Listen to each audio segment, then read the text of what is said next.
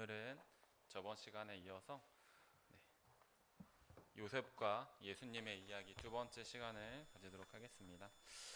저번 시간에 말씀드렸던 부분을 먼저 간단히 살펴보시고 교제를 나누도록 하겠습니다. 네.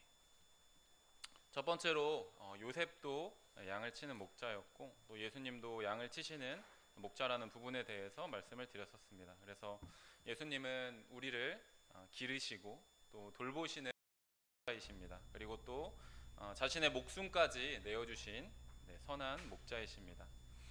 두 번째로 요셉도 아버지께 사랑받는 아들이었고 또 예수님도 아버지께 사랑받는 아들이셨다는 것이었습니다. 그래서 하나님은 우리를 위해서 이 사랑하시는 아들을 내어주시기까지 우리를 사랑하시는 분이십니다.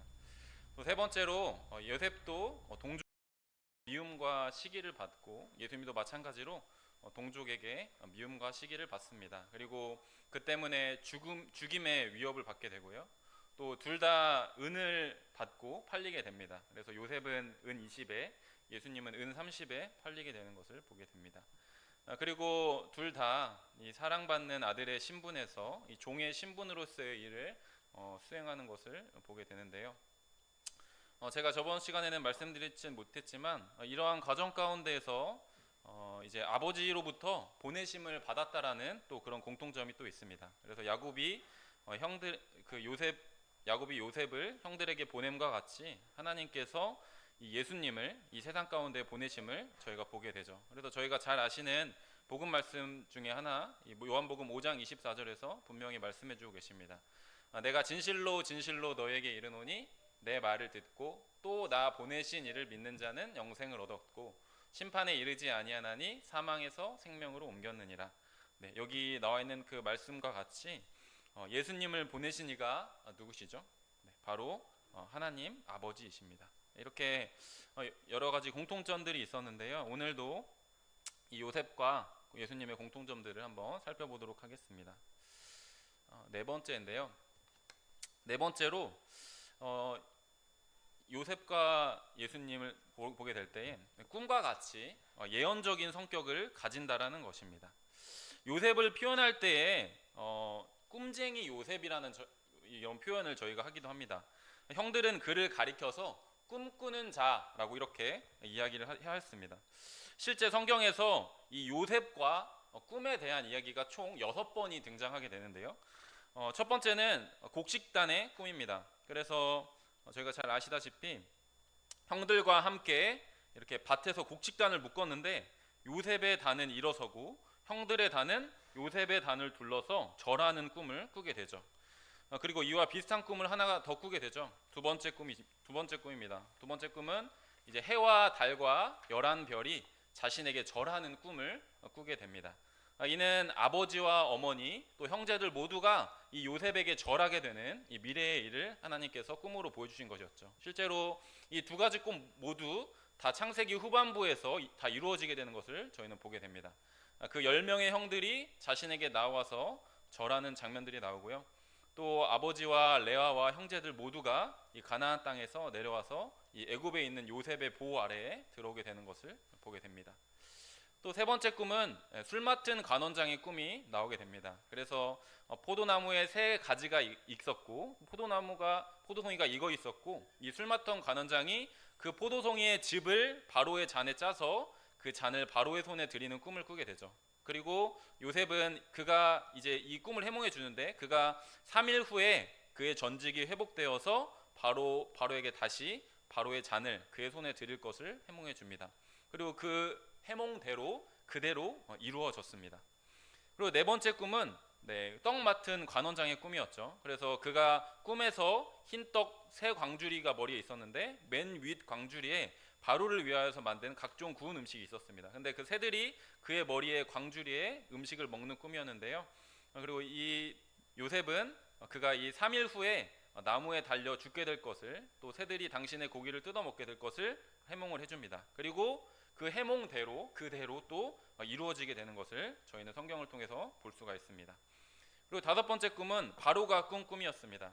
아름답고 살찐 7 암소가 풀을 뜯고 있었는데요. 그때 흉하고 파리한 다른 일곱 암소가 나일 강가에서 올라와서 이 아름답고 살찐 일곱 암소를 먹는 꿈이 나오게 됩니다. 그리고 나서 바로가 잠시 깨었다가 다시 꿈을 꾸었다라고 성경은 기록을 하고 있습니다. 그래서 여섯 번째 꿈으로 바로 이어지는데요. 무성하고 충실한 일곱 이삭이 나오고 그 후에 또 가늘고 동풍에 마른 이삭이 나와서 이 무성하고 충실한 일곱 이삭을 먹어버리는 꿈입니다. 이게 마지막 꿈인데요. 다섯 번째 꿈과 여섯 번째 꿈은 하나라고 요셉이 해몽을 해주면서 이야기를 해줍니다. 이 꿈은 이제 앞으로 전 세계에 있을 7년간의 대풍년과 그 후에 있을 7년간의 대흉년을 보여주신 것이었습니다. 이 꿈의 내용과 같이 어떻게 됐죠? 7년간의 대풍년이 있었고 또 그 후에 7년의 대흉년이 찾아오게 되는 것을 저희가 성경 말씀을 통해서 볼 수가 있습니다. 이렇게 요셉의 내용에 나왔던 그 여섯 가지의 모든 꿈들이 사실 그 꿈대로 모두가 다 이루어지는 것을 저희는 성경을 통해서 볼 수가 있습니다. 어떤 꿈들은 이 꿈들은 여기 3번과 4번의 꿈은 3일이 걸렸습니다. 그리고 또 길게는 14년이 걸리죠. 일곱 암소와 일곱 이삭의 꿈은 7년 해서 14년이 걸리게 됩니다. 그리고 요셉이 직접 꾼 꿈은 약 22년이 걸렸습니다. 왜냐하면 그가 17살 때부터 이야기가 시작이 되고요. 총리가 되는데 13년이 걸려서 그가 30세에 총리가 됩니다. 그리고 7년의 풍년이 있었고 또 2년의 흉년 후에 그 형들을 만나게 되는 것을 저희가 보게 되는데요. 그래서 총 22년 정도가 이 꿈이 이루어지는 데 걸리는 시간이었습니다. 이 성경에서 꿈은 보통 이런 식으로 등장합니다. 꿈은 앞으로 이루어질 일들에 대한 예언적인 계시로 나오는 것을 저희는 보게 됩니다. 또 하나님께서 직접 하나님의 뜻을 전달하는 통로로 이렇게 등장하는 것을 보게 되는데요. 혹시 꿈하면 또 떠오르는 성경 인물이 누가 있으신가요? 네, 여러 인물들이 있겠지만 다니엘이라는 사람이 있습니다. 다니엘서에 보시면은 다니엘서에서 다니엘은 요셉보다도 사실 더 놀라운 꿈의 해몽을 하는 것을 보게 되는데요. 요셉은 이 바로의 꿈을 듣고 그 꿈의 내용을 해석을 해줬었습니다. 해몽을 해줬었습니다.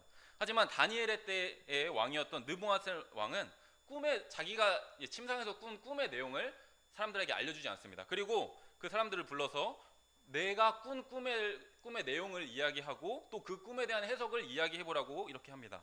그런데 놀랍게도 이 하나님의 능력으로 말미암아 이 다니엘은 왕이 이 침상에서 꾼 꿈의 내용과 해몽까지 하는 이런 놀라운 일을 하게 되죠. 그리고 그뿐만 아니라 이 다니엘서에서는 하나님께서 직접 다니엘에게 직접적으로 앞으로 될 일들에 대해서 꿈으로 그에게 보여주시는 것을 보게 됩니다. 그래서 다니엘서를 구약의 요한계시록이라고도 부르기도 한다라고 합니다. 여기 다니엘서 7장 1절의 말씀을 한번 보시도록 하겠습니다. 다니엘서 1장, 이 앞에도 나와 있는데요. 다니엘서 7장 1절을 말씀해 보시면 바벨론 벨사살 왕 원년에 다니엘이 그의 침상에서 꿈을 꾸며 머릿속으로 환상을 받고 그 꿈을 기록하며 그 일의 대략을 진술하니라. 이렇게 해서 분명히 여기도 나와 있는 것처럼 꿈을 통해서 하나님께서 꿈을 통해서 앞으로 되어질 일들에 대해서 말씀해 주시는 것을 저희가 보게 됩니다. 그리고 9절과 10절에서는 저희가 어디선가 많이 봤던 그런 말씀이 나오게 됩니다.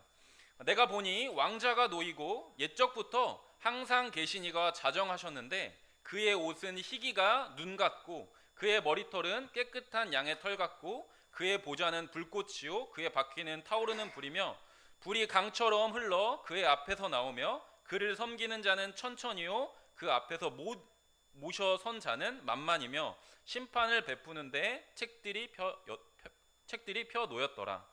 여기서 이 말씀을 보시면 이 왕자의 계시니가 누구신지 성도님들 다 아시겠죠?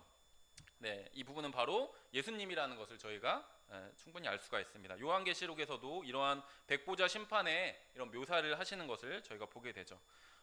하나님께서는 이 다니엘에게 꿈을 통해서 앞으로 오실 예수 그리스도에 대한 부분들을 말씀해 주셨습니다. 저희가 또 너무나도 잘 아는 말씀이죠. 저희가 복음 말씀으로 이사야 53장 5절의 말씀 그가 찔림은 우리의 허물 때문이요 그가 상함은 우리의 죄악 때문이라. 그가 징계를 받음으로 우리는 평화를 누리고 그가 채찍에 맞음으로 우리는 나음을 받았도다. 이 말씀 너무나도 잘 아시는 익숙한 말씀인데요. 사실 저희는 너무나 익숙하지만 그 당시 사람들에게 이 말씀, 그 당시 사람들이 이 이사야의 말씀을 들었었을 때 과연 어떤 생각을 했을까 한번 생각을 해보게 됩니다. 도대체 무슨 내용일까 너무나 궁금했을 것 같다는 생각을 해보게 됩니다. 그런데 이 말씀이 이 쓰여진 시기가 예수님이 오시기 전 700년 전에 쓰여진 말씀입니다. 그러고 나서 이 700년이 지난 후에 이 말씀이 놀랍게도 문자 그대로 이루어지는 것을 저희는 성경을 통해서 보게 되죠.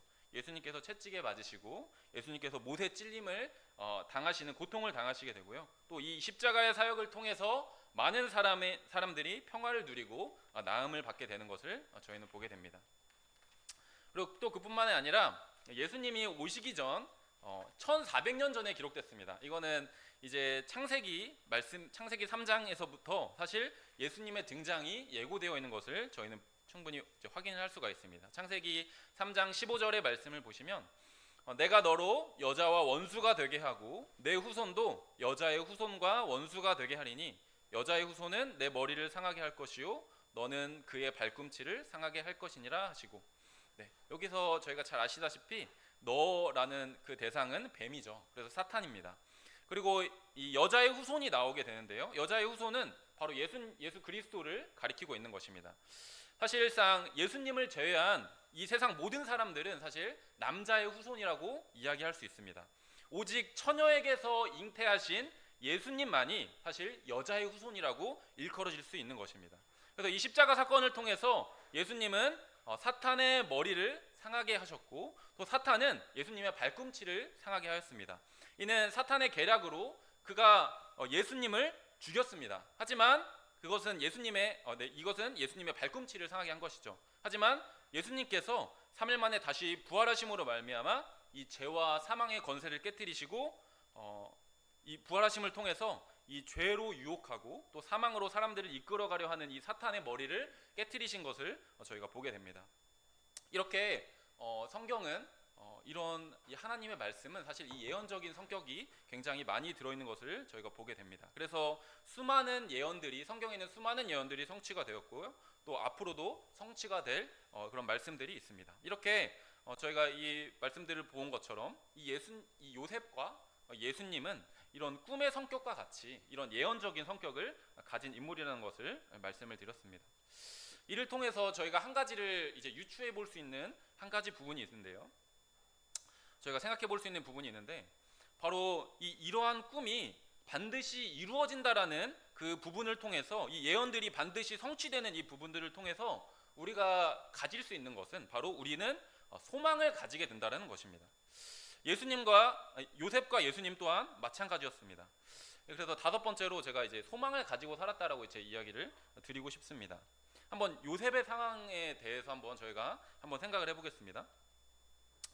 요셉이 꿈을 잘 해석하는 사람이라는 것을 저희가 생각을 해볼 때 요셉이 자신이 꾸었던 그 꿈의 의미를 그도 잘 알고 있었을 것입니다. 언제가 될지는 모르겠지만 자신의 형들이 자신에게 무릎을 꿇어서 절할 때가 올 것이라는 것을 그는 알고 있었고 그는 그것을 기다리고 있었고 그것을 소망하면서 살았을 것을 저희는 충분히 생각을 해볼 수가 있습니다. 그는 종종 홀로 겪어야 하는 이 타지 생활과 또 종으로서 섬겨야 하는 이 종노릇의 생활이 어려웠을 것입니다. 분명히 그의 마음 가운데 그런 어려움들이 있었을 것입니다. 하지만 그때마다 하나님께서 보여주셨던 그 꿈에 대해서 요셉은 분명히 생각을 했을 것입니다. 그리고 그 꿈이 이루어질 때를 기다리고 여러 가지 힘든 부분들을 그가 인내했으리라 참아냈으리라는 생각을 해보게 됩니다. 왜냐하면 그는 하나님을 경외하는 사람이었고 또 하나님께서는 반드시 그 일을 이루시는 분이시는 것을 그가 믿었기 때문이죠. 그래서 그가 감옥에서 술 맡은 관원장과 떡 맡은 관원장의 꿈을 해몽해주고 그대로 그렇게 이루어지는 것을 보고 요셉은 어떤 마음이 들었을까요? 그는 더 자신의 꿈에 대해서 소망을 가졌으리라는 생각을 해보게 됩니다. 언젠가 나의 형들이 와서 나에게 무릎 꿇는 날이, 나에게 절하는 날이 올 것이라는 부분들을 그가 생각했을 것입니다. 또 그 꿈이 3일 만에 이루어졌거든요. 그러한 소망을 가지고 그가 또 억울한 감옥 생활을 이어갔으리라는 생각을 해보게 됩니다. 그런 억울한 감옥 생활을 할 때에도 언젠가는 형들이 내 가족들이 내게 절할 날이 언젠가 그 가족들을 만날 날이 찾아오겠지. 분명 그는 그런 소망을 품고 살아갔을 것입니다. 그리고 그는 이제 바로의 꿈을 해몽해 주었죠. 그리고 그 해몽과 그 해결책을 이야기해 주자 그를 애굽의 총리로 세움을 받게 됩니다. 그런데 참 의아한 부분은요, 그가 요셉은 이제 총리가 됐잖아요. 근데 이제 자신의 권한을 가지고 사실 자기 집에 원래 고향에 찾아갔을 수 있는 그런 권한을 가진 사람이었습니다. 그런 충분한 힘이 있었습니다. 하지만 그는 그렇게 하지 않았습니다. 그는 그렇게 하지 않고 그는 하나님 앞에 조용히 하나님의 때를 기다립니다. 하나님께서 나에게 보여주신 그 꿈의 내용대로 언젠가 자신의 형들이 나를 찾아와서 무릎 꿇을 날이, 또 자신의 가족들이 나에게 올 날을 그가 기다렸다라는 것입니다. 그 무려 9년이라는 시간을 그가 기다립니다. 총리가 되고 나서. 그리고 하나님께서 계획하신 그 때가 되었을 때 그의 형들이 곡식을 구하러 요셉에게 절하는 모습을 그가 마주하게 됐었을 때 그가 얼마나 큰 기쁨을 느끼게 됐었을지, 그 자신의 꿈이 이루어졌다는 그 사실을 기억하게 될 때 정말 놀라움을 가졌으리라는 생각을 해보게 됩니다. 그리고 그 소망대로 이루어주신 그 부분들을 저희가 이제 생각을 해보게 되죠. 왜냐하면 하나님은 분명 그 말씀하신 대로 또 예언하신 대로 반드시 그것을 이루시는 신실하시고 또 미쁘신 분이시기 때문입니다. 예수님은 어떠하셨을까요? 제가 저번 시간인가요? 그때도 이제 말씀을 드렸었는데 히브리서 12장 2절의 말씀에 보시면 믿음의 주요 또 온전하게 하시는 이인 예수를 바라보자. 그는 그 앞에 있는 기쁨을 위하여 십자가를 참으사 부끄러움을 개의치 아니하시더니 하나님 보좌 우편에 앉으셨느니라. 네, 저번에도 말씀드렸다시피 예수님께서는 이 십자가의 길을 걸어가셨을 때 그분이 고난 받으실 때 그 앞에 있는 그 기쁨을 위하여서 십자가를 참으셨다라고 말씀을 드렸습니다. 예수님은 하나님께서 자신을 통해서 하실 일을 정확하게 알고 있었습니다. 그리고 또 그것을 반드시 이루실 분임을 믿고 있었습니다. 그분은 소망 가운데에서 앞으로 이루실 하나님의 그 일들에 대한 그 소망 가운데에서 기쁨 가운데에서 그 십자가의 길을 걸으셨습니다. 십자가를 참으셨습니다. 우리에게 주실 영생과 하늘나라와 자녀의 권세와 또 제사장의 권리, 이신층이 등등 이 모든 것을 다 내다보시고 또 기대하시고 이러한 기쁨들을 위해서 십자가를 참으셨습니다. 그리고 부끄러움을 개의치 아니하셨습니다. 그리고 로마서 15장 13절의 말씀을 한번 보시면 이런 말씀이 있습니다. 소망의 하나님이 모든 기쁨과 평강을 믿음 안에서 너희에게 충만하게 하사 성령의 능력으로 소망이 넘치게 하시기를 원하노라. 네, 하나님의 이름에는 여러 가지 이름이 있습니다. 근데 그 중에서 지금 여기 로마서 15장 13절에서는 이 소망의 하나님이라는 칭호가 있는 것을 저희는 보게 됩니다. 그래서 사도 바울은 성도들에게 소망의 하나님이 모든 기쁨과 평강을 믿음 안에서 너에게 충만하게 하사 성령의 능력으로 소망이 넘치게 하시기를 원한다라고 이렇게 말씀해주고 계십니다. 사실 소망이 있는 사람은 기쁨과 평강이 있습니다. 또 우리 안에 계신 성령님의 능력으로 말미암아 소망이 넘치게 하신다는 부분을 저희가 알게 됩니다. 이렇게 우리가 이 소망의 하나님으로 인해서 우리에게 약속해 주신 그 소망으로 인해서 앞으로 저에게 주실 그 상급으로 인해서 저희가 기쁨과 평강이 또 충만하게 되시기를 소원하는 마음이 있습니다. 네, 그리고 오늘 나눌 마지막 부분은 바로 하나님이 함께 하셨다라는 부분입니다. 창세기 39장 2절과 3절의 말씀을 함께 보시도록 하겠습니다. 이 부분은 같이 한번 읽어보도록 하겠습니다. 창세기 39장 2절과 3절의 말씀을 한번 같이 봉독하도록 하겠습니다. 창세기 39장 2절과 3절의 말씀 한번 같이 읽도록 하겠습니다. 시작. 여호와께서 요셉에게 함께 하심으로 그가 형통한 자가 되어 그의 주인 애굽 사람의 집에 있으니 그의 주인이 여호와께서 그와 함께 하심을 보며 또 여호와께서 그의 범사에 형통하게 하심을 보았더라. 네, 감사합니다. 요셉이 종으로 팔려가서 이제 보디발의 집에서 일을 하게 됩니다. 그런데 여기 말씀과 같이 여호와께서 요셉과 함께 하심으로 그가 형통한 자가 되었다라고 말씀해주고 계십니다. 그리고 그의 주인인 보디발도 여호와께서 그와 함께 하심을 보았다라고 이렇게 말씀해주고 계십니다. 그의 범사에 형통하게 하심을 보았다라고 이렇게 기록하고 있습니다. 하나님이 함께 하시는 것은요, 사실 본인뿐만 아니라 다른 사람들도 그것을 보고 느낄 수 있다라는 것을 저희는 보게 됩니다. 이러한 비슷한 장면이 사실 아브라함과 이삭 가운데도 있었습니다. 어느 날 아브라함에게 아비멜렉이 찾아와서 이런 이야기를 합니다.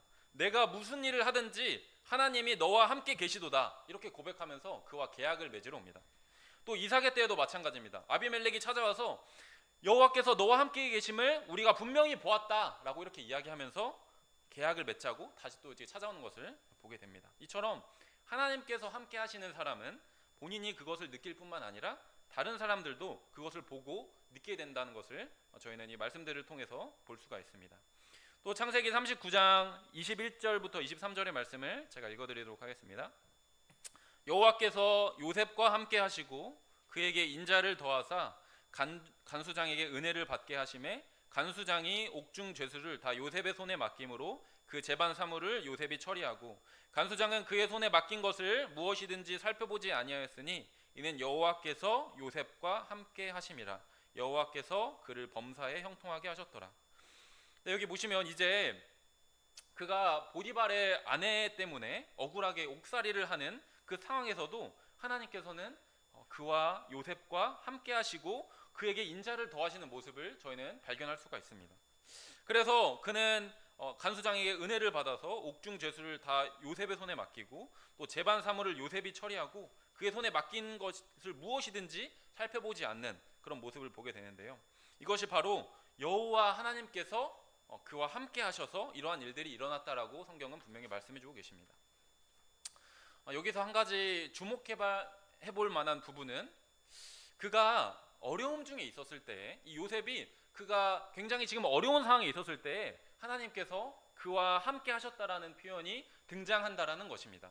창세기 37장부터 50장까지 요셉의 이야기가 나와 있는데요. 그 중에서 이 39장에만 지금 4번 여호와께서 그와 함께 하셨다라는 말씀이 기록되어 있습니다. 물론 그의 생애의 모든 상황 가운데에서 하나님은 그와 함께 하셨을 것입니다. 그런데 요셉의 생애 중에서 이 여호와 하나님께서 그와 함께 하셨다라고 하는 그 말씀하시는 그 타이밍을 한번 생각을 해보겠습니다.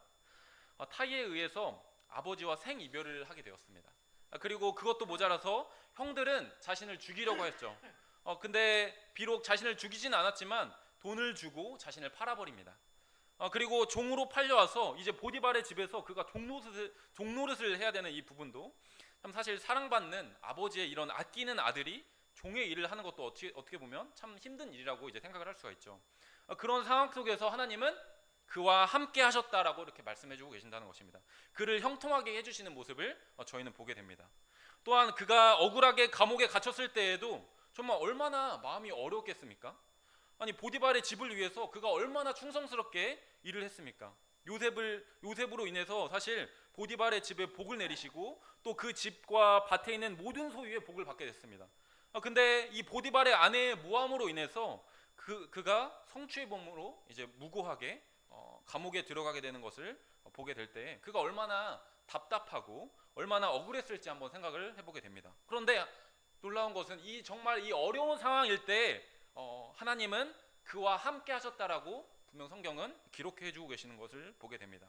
하나님은 그가 감옥에 있을지라도 형통한 자로 만드시는 것을 보게 됩니다. 그가 가나안 땅에 있던지 애굽에 있던지 아니면 그가 왕궁에 있던지 감옥에 있던지 사실 그것은 그렇게 중요한 것이 아니었습니다. 하나님은 그가 어떠한 상황에 있던지 또 그가 어디에 있던지 간에 그와 함께 하셨습니다. 이것이 그에게 얼마나 큰 위로가 되었을지 한번 생각을 해보게 됩니다. 얼마나 그가 타지 생활에서 혼자 외롭고 또 힘든 상황 속에서 이 하나님께서 함께 해주심을 그가 느끼게 되었을 때 그는 큰 위로를 얻었을 것입니다. 큰 힘을 얻었을 것이라는 생각을 해보게 됩니다. 저번 시간에 이제 시편 23편의 말씀을 통해서 목자 되신 예수님에 대해서 말씀을 드렸었는데요. 이 시편 23편 4절 말씀해 보시면 이런 말씀이 있습니다. 내가 사망의 음침한 골짜기로 다닐지라도 해를 두려워하지 않을 것은 누가 함께 하신다고요? 네, 주께서 나와 함께 하심이라. 주의 지팡이와 막대기가 나를 안위하시나이다. 주께서 내 원수의 목전에서 내게 상을 차려주시고 기름을 내 머리에 부으셨으니 내 잔이 넘치나이다.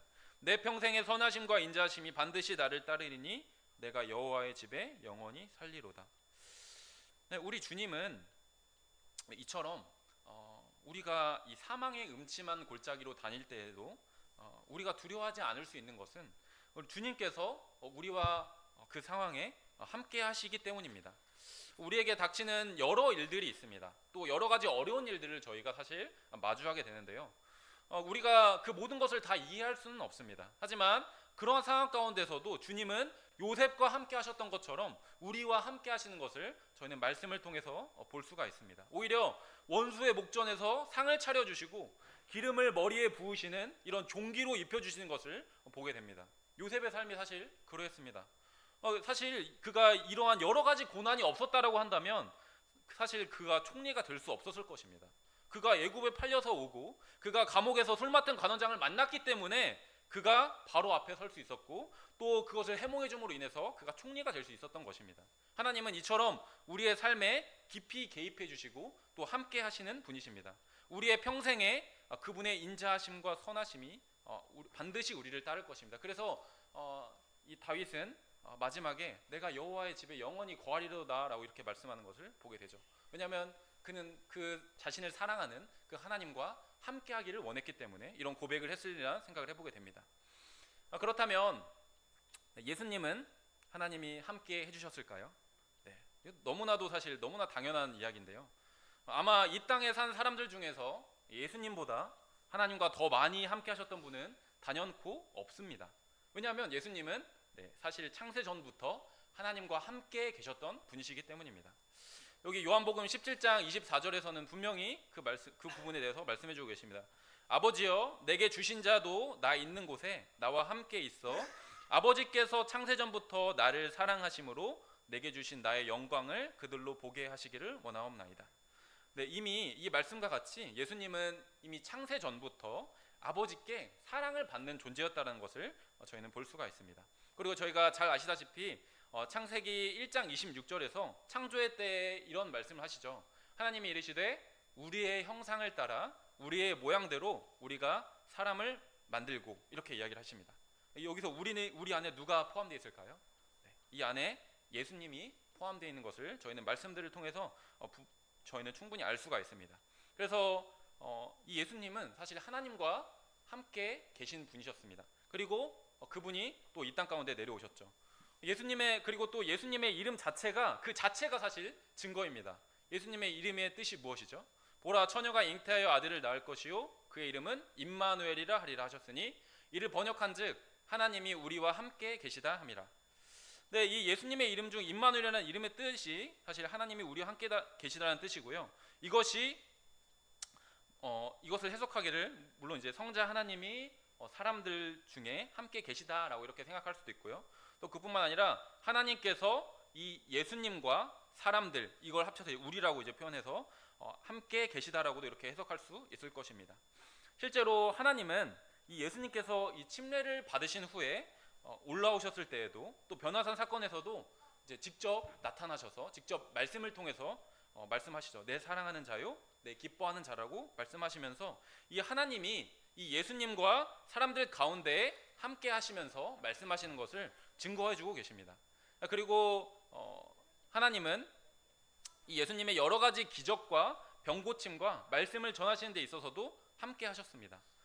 그래서 이러한 모습을 본 니고데모는 이렇게 이야기를 하죠. 요한복음 3장 2절에서 그가 밤에 예수께 와서 이르되 랍비여 우리가 당신은 하나님께로부터 오신 선생인 줄 아나이다. 하나님이 함께 하시지 아니하시면 당신이 행하시는 이 표적을 아무도 할 수 없음이니이다 라고 이렇게 이야기합니다. 니고데모가 이런 고백을 했습니다. 하나님이 분명 이 예수님과 함께 하시는 것을 그가 고백을 합니다. 이 요셉의 주변 사람들이 하나님께서 요셉과 함께 하시는 것을 보고 느꼈던 것처럼 예수님의 주변 사람들도 하나님께서 예수님과 함께 하시는 것을 보고 느꼈습니다.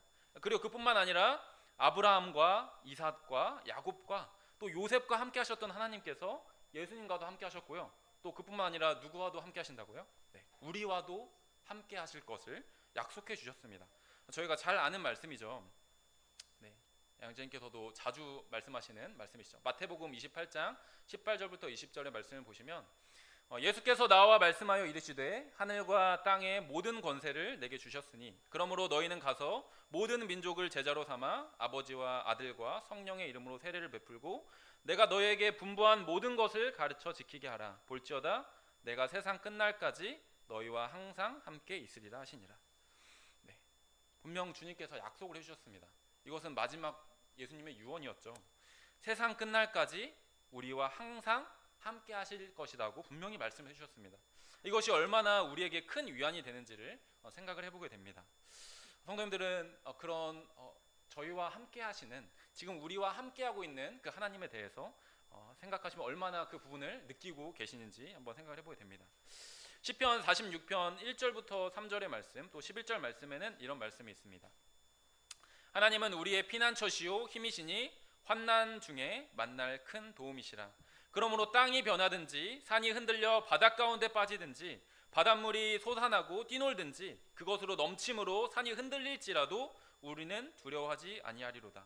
11절 말씀 보시면 만군의 여호와께서 우리와 함께 하시니 야곱의 하나님은 우리의 피난처시로다 라고 이렇게 말씀 나와 있습니다. 네, 환난 중에 만날 큰 도움이 되어 주십니다. 또 우리가 사는 땅이 변하든지 산이 흔들려서 바닷 가운데 빠지든지 바닷물이 솟아나고 뛰놀든지 그것으로 넘침으로 인해서 산이 흔들릴지라도 우리는 두려워하지 아니하겠다라고 고백했던 이 시편의 시와 같이 우리도 참 우리와 함께 하시는 하나님으로 인해서 어떠한 환난이나 고난이 있던지 간에 두려워하지 않고 평안함과 형통함이 있으시기를 바라는 마음이 있습니다. 우리와 함께하는 자가 사실 우리의 삶 가운데 굉장히 큰 영향력을 미친다는 것을 저희는 잘 알게 됩니다. 누구와 함께 있느냐, 우리가 그 사람의 영향을 많이 받고 또 그 사람의 마음의 영향을 많이 받습니다. 여기 시편 46편에서는 만군의 여호와께서 우리와 함께 계신다라고 말씀하고 계시죠. 그래서 제가 이제 우리와 함께 하시는 하나님이 어떤 하나님이신지 제가 좀 나열을 해봤습니다.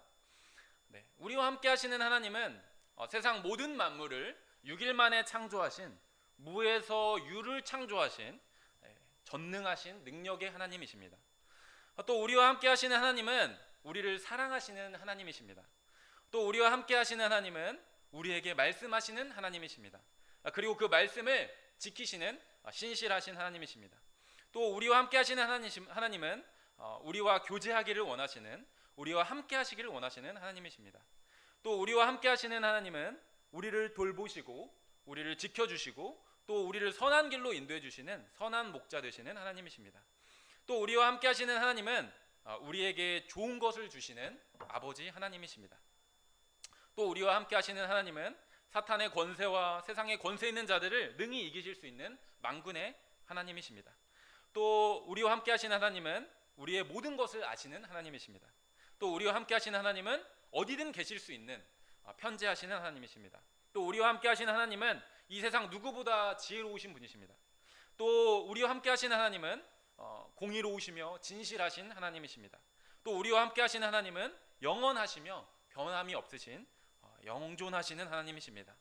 이러한 놀라운 또 존귀한 이 하나님께서 우리와 함께 하신다라는 것입니다. 지금도 저희가 우리의 삶 가운데서 함께 하시고 또 우리의 삶에 영향력을 미치며 살고 계신다라는 것입니다. 그렇기에 이 함께 하시는 하나님으로 인해서 우리는 이 세상에서 두려워하지 아니하고 담대하게 살아갈 수 있습니다. 그렇기에 우리는 이 세상에서 조금 부족해도 만족하면서 살 수 있습니다. 또 그렇게 우리는 이 세상에서 기쁨과 평안 가운데 살 수 있습니다. 또 그렇게 우리는 이 사랑이 없는 이 세상에서 사랑을 느끼며 살 수 있습니다. 그렇게 우리는 이 의지할 것 없는 세상에서 하나님을 의지하며 살아갈 수 있습니다. 이 우리와 함께 하시는 임마누엘 하나님께 찬양을 드리며 영광을 올려드립니다. 그래서 마지막으로 정리를 해보자면 오늘은 이 세 가지 부분을 제 교제를 나누는데요. 꿈과 같이 예언적인 성격을 가졌다. 그리고 번째는 소망을 가지고 살았다. 그리고 세 번째는 하나님이 함께 하신 그런 부분에 대해서 교제를 나눴습니다. 이후에 또 기회가 된다면 요셉 이야기 나누도록 하겠습니다. 기도하고 오늘 말씀을 마치도록 하겠습니다.